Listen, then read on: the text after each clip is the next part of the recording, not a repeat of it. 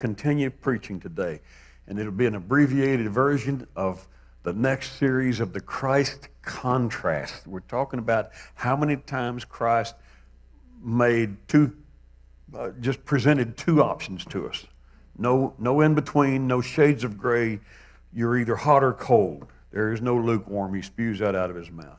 You're either sheep or goat. You're either right side or left side. You're either wheat or tare. He did that often. Today you're going to have to work with me a little bit to get this contrast. Today I want to contrast from Christ's own language the I am versus the thief.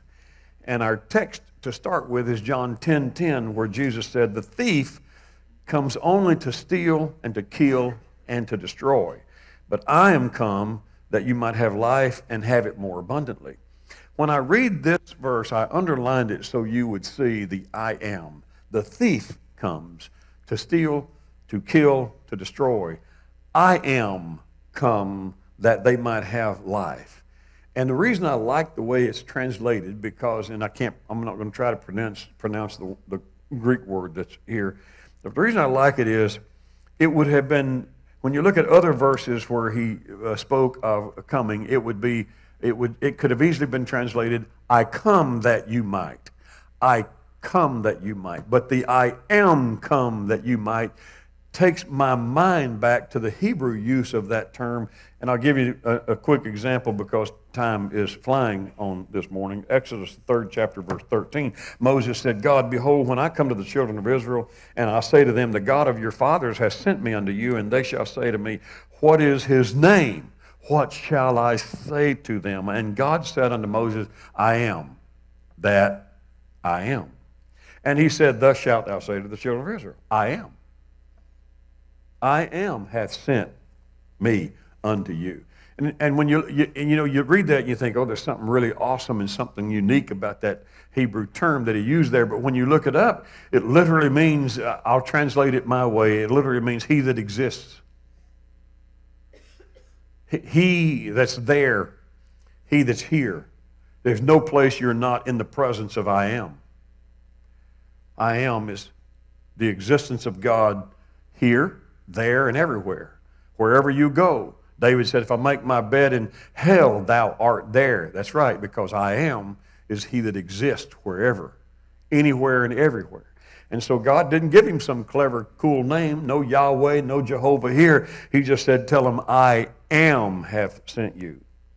In John, the 10th chapter that we took our text from, in the beginning, verse 1, we read, "Verily, verily, I say unto you," just as Jesus speaking, "he that enters not by the door into the sheepfold, but climbs up some other way, the same is a thief and a robber. But he that enters in by the door is the shepherd of the sheep." Verse 7, Jesus said, "I say unto you, I am." You see that phrase? I am the door of the sheep. All that ever came before me are thieves and robbers, but the sheep did not hear them. I am, and everyone else is a thief. Christ declares it just that way, and that's what these verses are trying to say. He is the I am. Christ is the existing one everywhere. Wherever you are, I am. The existing one is there. And Christ declares that he is the I am. I am come that you might have life. I am the door. All others are thieves and robbers. So remember our text. The thief comes not but for to kill and to steal and kill and destroy. I'm come that they might have life and that they might have it more abundantly. So again, we sum it up. Christ comes so that you can live. All others, the thief, all other things besides Christ that come into your life come to destroy you, not to there are two voices. All your life you're going to be influenced by two voices. I actually shared my mother's story about two baskets. My mother's philosophy was everybody everybody has two baskets. You have the blessing basket and you have the cursing basket, as she said. And Mom's lesson to us kids and to me was the secret to happiness in life. Everybody got more blessings, you have cursing, but the secret, if you want to be happy in life, the secret, she would say, is carry your blessing basket. Carry it. What do you do with the cursing basket? I set it over there somewhere. But carry your blessing basket. So from that concept, let me just tell you, there are two voices, only two. One is the voice described in the Old Testament. Who has believed the Lord's report?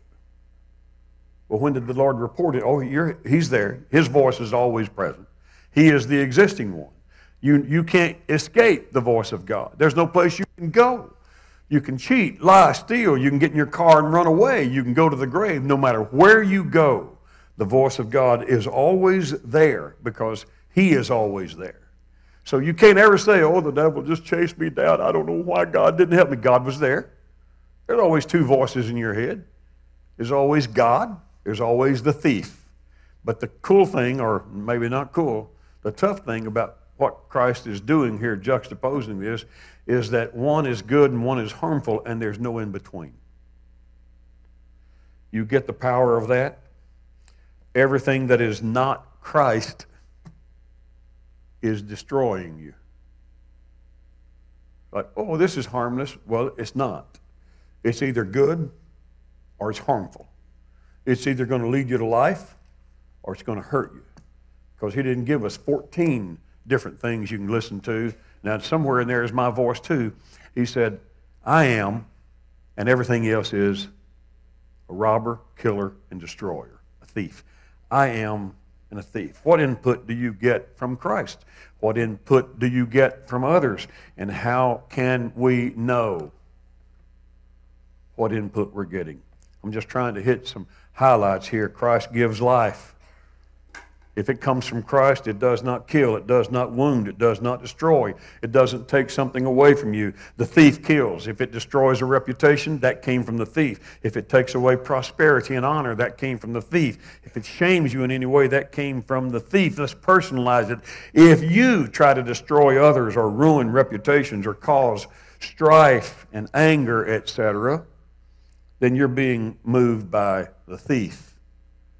It's a question on the board, but there's no question, because if you're destroying somebody, that's not Christ. Christ came that you might have life. If you're taking away and stealing and robbing reputation and character and honor and integrity, you're not doing that because you have Christ in you. You're doing that because you open the door to the thief, and you're motivated by whatever Christ is not. You want to call it the devil? Fine, call it the devil. He didn't. He just said, everything besides me is a thief and takes away and destroys and robs. So in that context, it's easy for us to just grasp it. Christ said there's only two sources that motivate you. You're today driven either by Christ or by a thief. And so let's just examine, if Christ is my source of motivation, then my words will encourage others, my hands will comfort others, my feet will take blessing to others if Christ is in you. If Christ is your source, if He is who lives in your heart, if His voice is the voice you listen to, if His word is the word that you read in your life, the Bible, the book, if you listen more to Christ than you do to, I don't know, Hallmark Channel, Sci-Fi Channel, ABC, NBC, CNN, Fox. I mean, I could just go down the list of other voices that speak to us.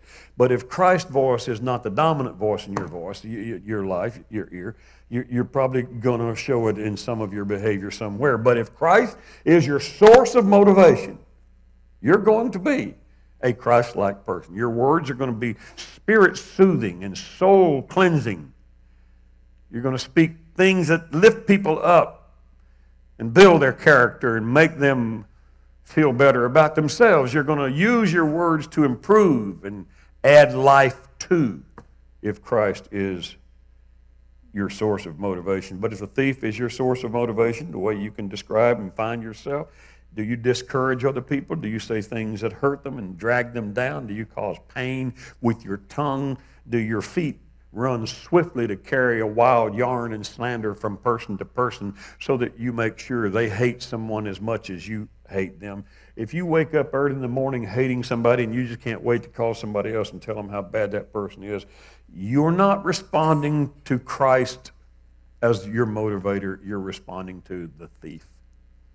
Doesn't matter what name you give him. Christ just lumped it into two. You are either hearing the voice of I am, or you are hearing the voice of someone who is stealing, killing, and destroying. You cannot have both Christ and the thief in your heart. Everything we do is motivated by Christ or the thief, and you cannot have both in your heart. You are motivated today by one or the other, not by both. I know the tempter is always present. I'm talking about what motivates you.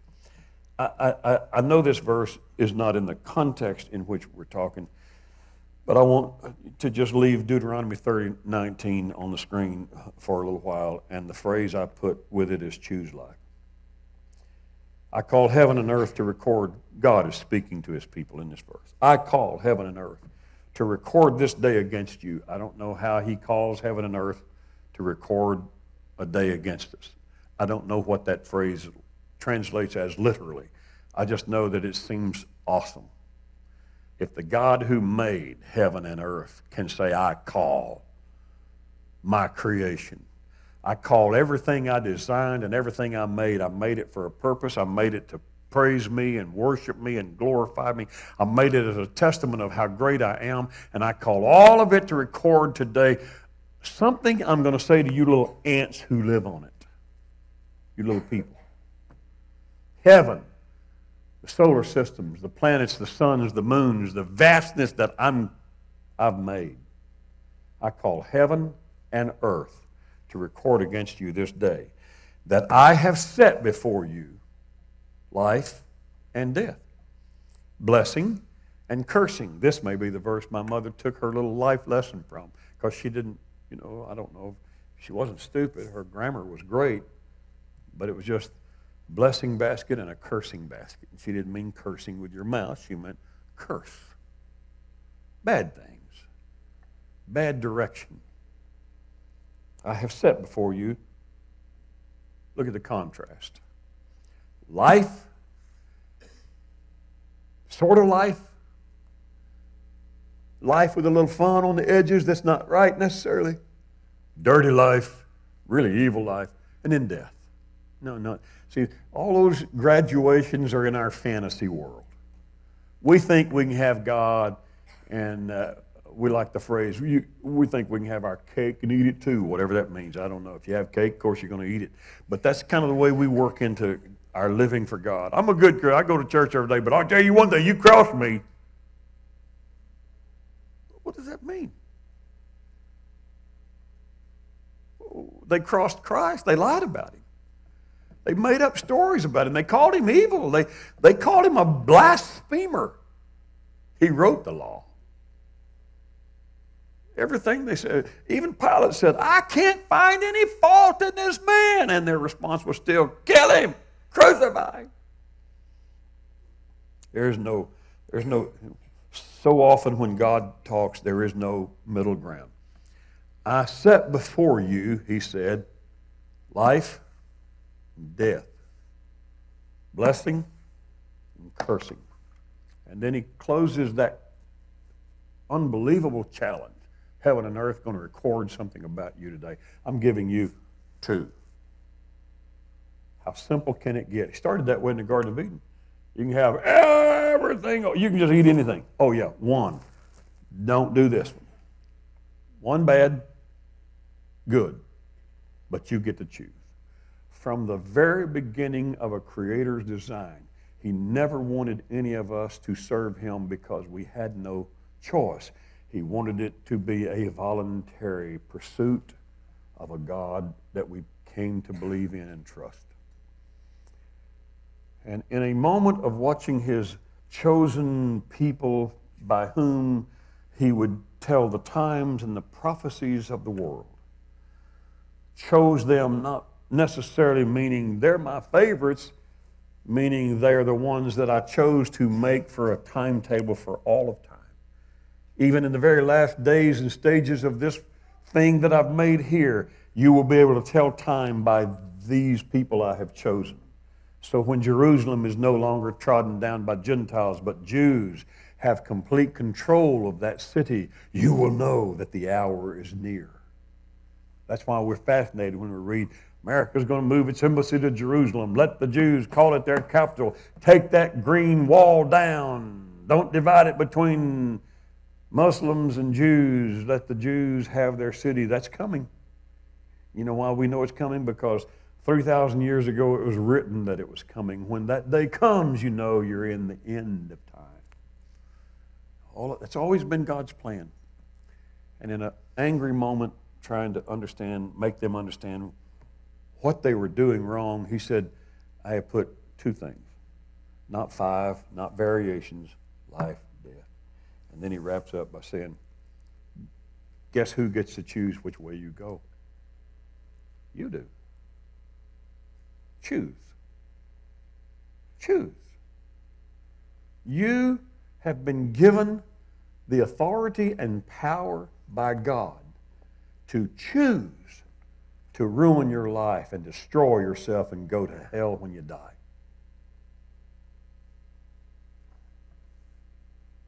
He's not going to stop you. He's not going to intervene. He gave you the choice.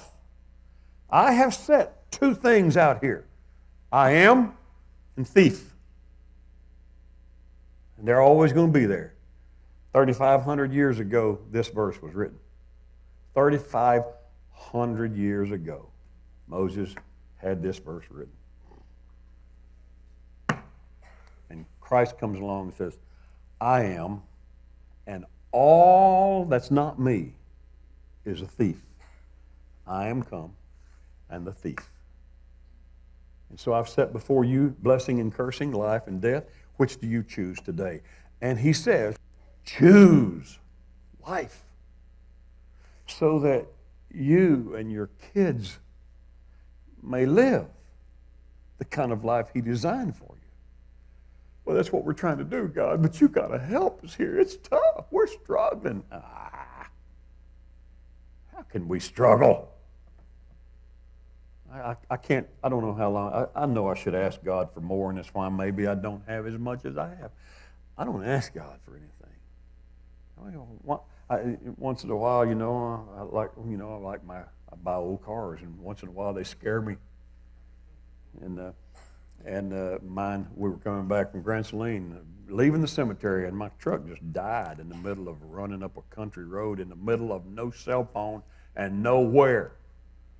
And I slid it in neutral and let her coast, and I cranked, and finally about 4 times cranked. Drove, and then another half mile later, boop, just quit. And I went, oh my God. My whole clan fixing to get out and walk on the side of the road or sit on top of Travis's car and try to get to town until we can get some help. And then it started again as it was coasting in neutral. Did fine. Then yesterday, leaving Graydon's basketball game, just died in the middle of Louetta Road. And I'm like, oh no! I steered it over to a parking lot, cranked her back up, got her to the auto shop yesterday. He said, oh yeah, Mr. Carpenter, it's they called me 2 hours later. It's a camshaft sensor. Gonna have to take that whole intake manifold off, get down in there, put a sensor in. This was like, I don't know, what time was it, babe? You remember? Like 2:30. They close at 4. I said, well, can I just drive it Sunday? Well, you can. It might strand you. You might not do it for another month. I can get it fixed for you today if you want. I said, in an hour and a half? Yeah, I'll put 2 or 3 guys on it. They like me up there because I spend a lot of money at the car place. I'm telling you, in an hour and a half, they pulled the can out. They took the intake off, put that thing on there, got me rocking and a rolling. You can do a lot for $800. You just go pay them, they fix it. That's what I drive. Sometimes I'm absolutely scared to death driving some of the cars. And I was kind of fussing about it. And I don't mind. It's what I choose to do. I don't have to. It's what I choose to do. And I was telling my brother, he said, what are you driving? And he saw my car, because, they all buy new cars every year or two. He said, what are you driving? I'm driving my old Suburban still. He said, my God, you hadn't traded this in yet? No, I'm not going to. He said, well, you having trouble with it? I said, I have trouble every month. The old girl's got 270,000 miles on her, David. You have trouble with your wife? And he said, about every week. And I said, well, there you go. But do you get rid of the woman because you have trouble with her every week? Well, no, I'm too old to change. That's me. I like that old girl right there. And so, she actually causes less trouble than my wife does. I ain't going to get rid of either one of them. And my brother wisecracked because he's called me a few times for spiritual questions. That's what he calls them. He called me one time. He lived in Oklahoma in a tornado belt. He called me one time after a bad tornado swept through up here in Oklahoma City and tore everybody up. He called me and said, my wife tells me we need to build a storm cellar, a tornado cellar out in our backyard. And I said, well, I thought we were supposed to trust God. Let me call my brother. So he called me and said, we run down to our neighbors and get in their storm cellar. My wife wants me to build one. What do you think? Should we build one? And I said, do you trust God? He said, yeah. I said, then why you want to build a storm cellar? Don't worry about it. He said, well, every time a tornado comes up, she makes us run down to their house and get in theirs. And I said, well, I'd still run down there and get in theirs. But I just wouldn't build one in my backyard. I'd act like I still trust God. So my brother said the other day, he said, are you driving? And I showed him. And she said, why don't you get you another one? I said, I don't want to spend the money. He said, why don't you just pray? You told me I didn't have to worry about storms. I just pray. Why don't you pray? God, give me a new car. So we joked around about it a little bit and wisecracked. And then he made another couple of wisecracks. But in our little banter back and forth, like my brother and I do, I said, I wouldn't ask God for a car to save my life. It never enters my brain to ask God to give me anything. If I start to pray, God, would you just let me be able to get this? And I think, how many, let's see, 7 billion people in the world. About 4 billion of them are absolutely in hunger and poverty tonight. And I'm not talking about other countries. Right here in America, you know how many people are going to go to bed with, you know how many little kids are going to go to bed without food tonight in Houston? Because their mom and daddies either don't have money or they spent what money they had on drugs. Do you know how many hungry kids there are just in Houston? Children of whom God said, this is the kingdom of heaven right here. And you would dare ask God to give you some luxury, super-duper life instead of ask God, please help us find one person that we could help and make a difference in their life and change somewhere along the way. It just doesn't... I look at life as life and death. You put two options. Over here, you worry about living. You worry about life. You worry about encouraging and uplifting and promoting and loving and put a few dollars in their pocket and make it a little easier, a little bit better. Over here, you just slander and smear and you're stingy and you're selfish and you don't give any. Death and life. That's your only two options. You got life, you got death. I put them in front of you. What you going to choose? Because it is your choice. God doesn't make it. You're not doing what you're doing today because God didn't give you an option. No, I'm just going to make them sweet and kind because my Holy Spirit will come in them and just make them do what I... Nobody is made to do anything God wants you to do. You're choosing. Right now, today, you're choosing. Am I going to be listening to the I am and lift up and motivate and love and cherish and give and help along the way? Or am I going to listen to the other voice and be stingy and insecure and afraid and nervous? And, well, I might need this more than you do in the future. I don't right now, but I might. And stand. I'm just going to quit. If I keep going, I got 2 more options here. And since I know that the choice is mine to choose, I'm going to choose to just stop. Christ is so blunt. Not giving you options. I'm giving you 2. You're either listening today to I am, and you're going to come to life, to abundance of life, loving life, or you're going to listen to the thief. And you're going to be participating indirectly in killing and destroying and sapping the joy and taking away the pleasure, dragging something down, because that's what the thief does. He kills, he steals away from you, he destroys, but not Christ. Christ lifts up, magnifies, embraces, promotes, You know, we could read a dozen verses about slander and gossip and hatred and judgment and all those. But can't you just simplify today and realize that if you're really Christ and you're following Him and you're hearing His voice, that you are a kind person? Whatsoever things are pure, whatsoever things are lovely, whatsoever things are of good report, think on these things. Some of you are married to people. Oh, I should have shut up. I should have chosen not to open that door. Let me just change that phrase. I will say, if you're married to a person who listens to the thief, then you wake up every morning hearing complaints and criticism about something and somebody. You just get to the place. Don't you ever get to the place where you just wonder, oh my gosh, I'd like to just get up in the morning and enjoy the coffee and it not be wrong. And enjoy the smell of life and it not stink. I didn't know it stunk until I was told it stunk. You ever been around somebody who just complained about everything? Everything. Coffee's too hot. Coffee's not hot enough. Oh my God. How long is it going to take them to get over here to our table? Well, get up and go get it. Or just sit here and think pleasant thoughts until they finally get her.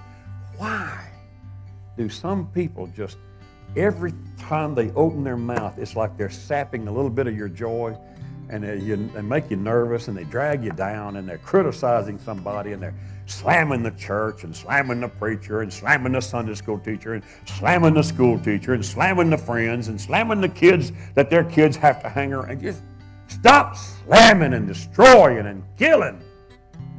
Live. You have the choice to do it. Nobody makes you a critic and a cynic and a gossiper and a slanderer and a hater. You get to choose to do that. And if you want to destroy somebody's reputation by smearing them, you chose to do that. But the thing I want you to get today is you didn't choose life. You chose death. You didn't listen to I am, because he doesn't. You listen to the thief. And you've been robbed. And you're robbing others.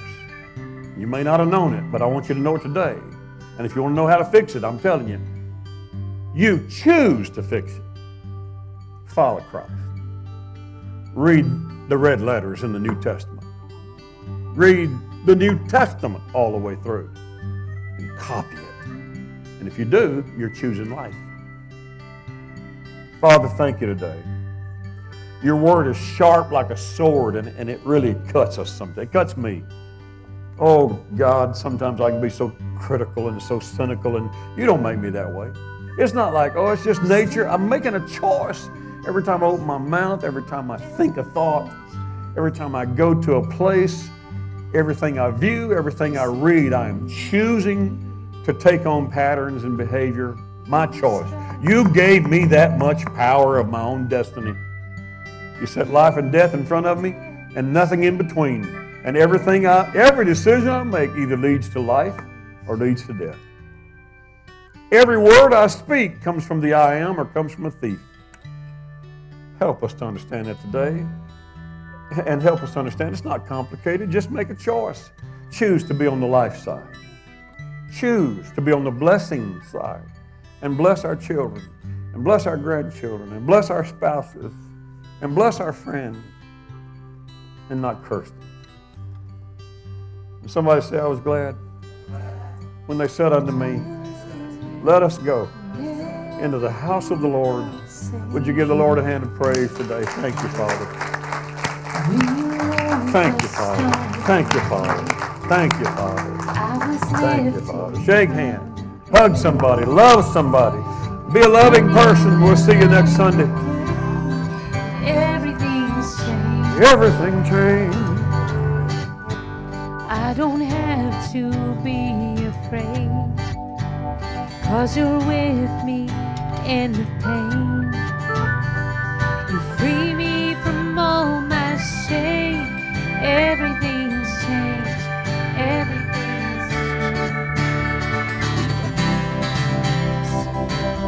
You say not to love, you say Yes, they wanted me to announce that if you have additional gifts that you wanted to give to the very kind and generous benevolent fund, there are plates at the back door that you can put them in.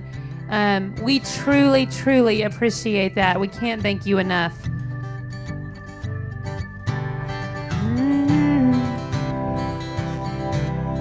Everything's changed.